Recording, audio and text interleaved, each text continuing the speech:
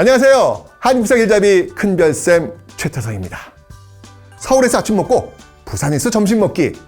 이 말 들으시면 어떤 생각 드세요? 그래? 그럼 점심은 부산 맛집 투어 한번 해보지 라고 아마 생각을 하실 겁니다. 근데 여러분들, 이게 1960년대에 저 말 들으면 반응 어땠을 것 같아요? 그러니까 지금으로 친다면 아마 이렇게 들렸을 거예요. 우리 서울에서 아침 먹고 뉴욕에서 점심 먹자. 뭐야? 이렇게 말이 안 되는 소리로 아마 들렸을 겁니다. 왜냐면요, 당시에는요, 서울과 부산을 오가는 가장 빠른 방법이 기차 이용하는 건데, 그게 무려 12시간이나 걸려요. 와, 12시간이면 뭐야? 엄청납니다. 정말 그토록 느린 시간 속에서 살았던 이 대한민국의 판을 통째로 다시 짠 거. 그게 바로 경부 고속도로입니다. 이 경부 고속도로는요, 서울에서 부산까지 거리는 시간은요, 무려 12시간에서 5시간으로 무려 7시간 단축시켜줍니다. 그렇게 앞당겨진 시간 덕분에 우리나라 경제는 정말 큰 변화와 성장을 이루게 됩니다. 근데 저는 한 발 더 들어가서 이렇게 좀 표현하고 싶어요. 경부 고속도로가 문을 연 일일 생활권이 우리나라 경제 발전의 시작이자 토대였다. 여러분 혹시 경제개발 5개년 계획 들어보셨죠? 그중 1972년부터를 3차 경제개발 5개년 계획이라고 하는데, 이때 우리가 굉장히 중요한 변화를 시도합니다. 뭐였냐면요, 시험에도 굉장히 많이 나와요, 여러분. 70년대. 바로 60년대 경공업 중심이었던 기존의 산업을 70년대 중화학 중심 모델로 바꾸는 겁니다.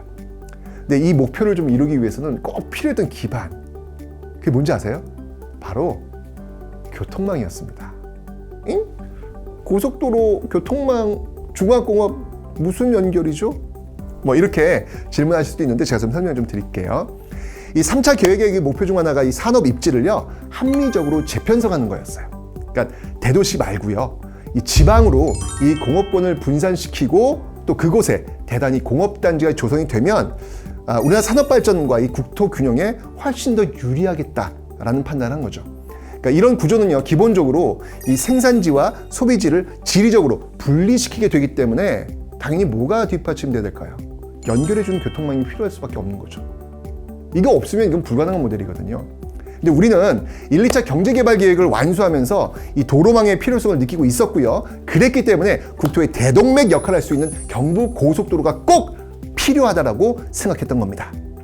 자, 이러면서 이 경부선을 중심으로 이 국도 지방도가 유기적으로 연결되었고요. 덕분에 전국이 일일 생활권으로 묶일 수 있었던 것이죠.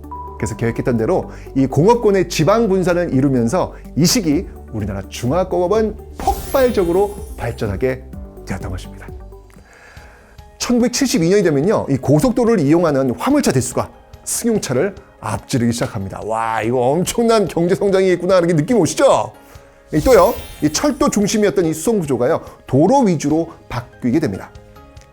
특히 이제 이 경부 고속도로가 앞당겨준 시간은요, 유통 부분에 일대 변혁 가져오죠. 여러분 요즘 아침에 그냥 쭉 배달, 이게 출발이 여기서부터 오는 거예요. 왜냐하면 무엇보다 이 화물 수송에 걸리는 시간이 크게 단축되면서 유통비가 절감됩니다. 자, 그리고 화물 수송의 신속함, 대량화가 보장되니까 당연히 상품의 적기 공급 가능해지겠죠. 당연히 상품 가격의 안정, 그리고 지역 간 가격 평준화 꾀할 수 있습니다.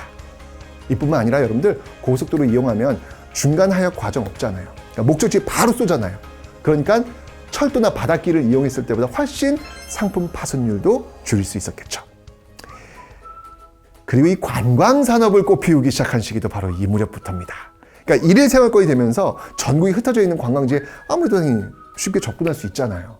자, 이 경부 고속도로가 생기면서 이 폭발적으로 늘어난 그 여객 수송 인구, 이거 수치를 살펴보면요, 경부 고속도로가 생기기 전인 1967년에 18억 3,367만 명, 여기였던 데 비해서요, 경부 고속도로가 개통되고 1년이 지난 1971년이 되면요, 무려 31억 5,986만 명으로 증가하고요, 78년이 되면 72억 4,644만 명이 됩니다. 이건요, 경부 고속도로가 생기기 전인 1967년에 비해서 무려 4배 가까이 증가한 수치입니다. 와, 결국 이 경부 고속도로는 정말 이 대한민국 수송 구조에 엄청난 변화를 가져온 사건이다 라고 이야기할 수 있겠습니다. 자, 이쯤 되면 여러분들 그럼 이 경부고속도로가 우리한테 가져다준 경제 효과 엄청나겠는데? 자, 한번 살펴볼게요. 자, 1960년대입니다. 그러니까 경부고속도로가 건설되기 전이었죠. 당시 우리나라 GDP는요, 40억 달러 수준이었습니다. 자, 그런데 경부고속도로가 건설된 1970년이 되면요, 90억 달러가 됩니다. 그리고 75년은요, 217억 달러가 됩니다. 그러니까 경부고속도로가 건설된 지 5년 만에 2배 이상의 성장을 한 거죠.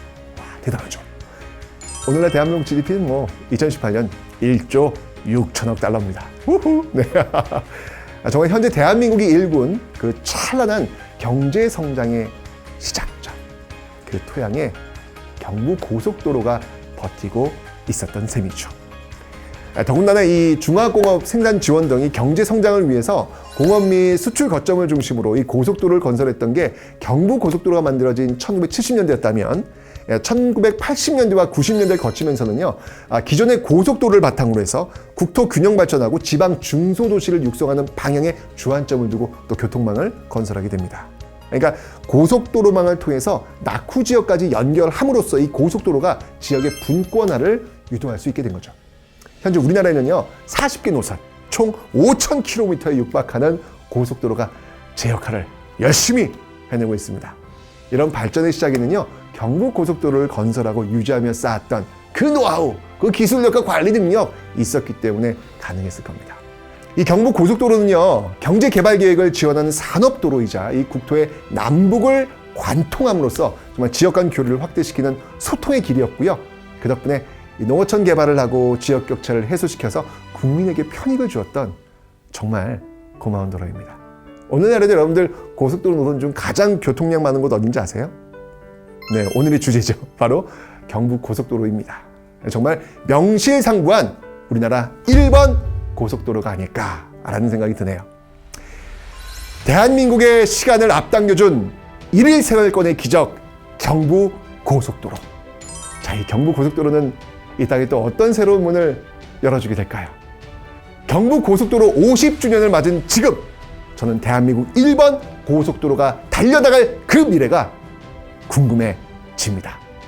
저 지금 이 촬영 끝나고 또 경부고속도로 타고 부산 가야 되거든요. 와, 경부고속도로 사랑해요. 네. 자, 지금까지 한국상일잡이 여러분의 큰별쌤 최태성이었습니다. 자, 경부고속도로 달려봅시다.